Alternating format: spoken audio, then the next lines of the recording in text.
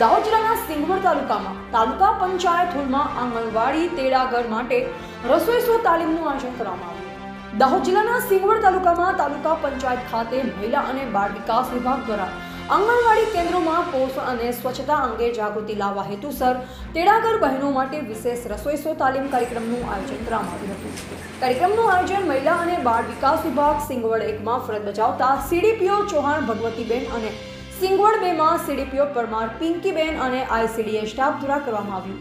આ તાલીમમાં તાલુકા અને ગ્રામ્ય વિસ્તારોની આંગણવાડી તેડાગર બહેનો ઉત્સાહપૂર્વક જોડાઈ હતી। તાલીમ દરમિયાન ગર્ભવતી માતાઓ, ધાત્રી માતાઓ અને 6 મહિનાથી 6 વર્ષ સુધીના બાળકો માટે પૌષ્ટિક અને સંતુલિત આહાર કેવી રીતે તૈયાર કરવો તેની પ્રાયોગિક માહિતી આપવામાં આવી।